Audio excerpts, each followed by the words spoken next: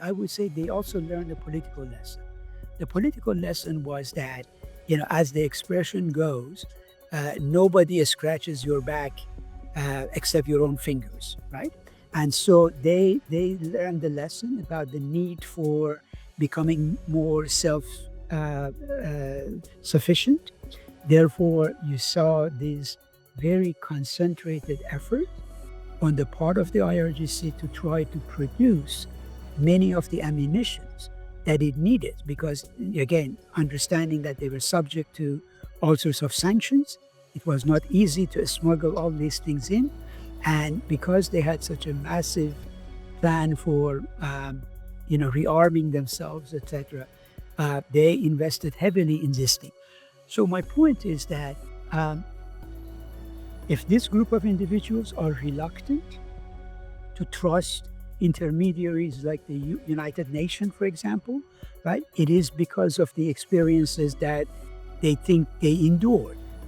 For example, you hear this when you read their memoirs, when Saddam Hussein used chemical weapons against Iranian soldiers, right? And many of these folks, again, became, in one way or another, either casualties of those chemical attacks or lost buddies as a result of that.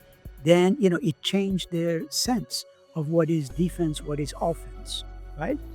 In that regard. So I think now we are dealing with these individuals hardened by the Iran-Iraq war, by the involvement in Lebanon, by the involvement in Bosnia, and then lately in Syria, and not to mention, everything that has happened post 2003 in Iraq and Afghanistan, that again, they were involved in, campaigns here and there.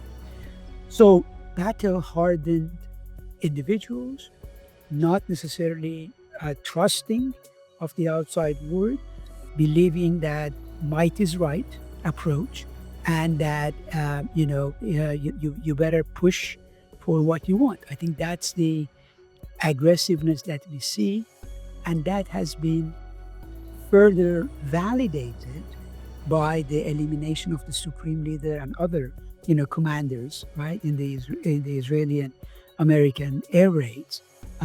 So that's why I think it's a bit naive to expect these folks to necessarily back down at this point and make concessions. Their reading of the situation is, we are ascendant.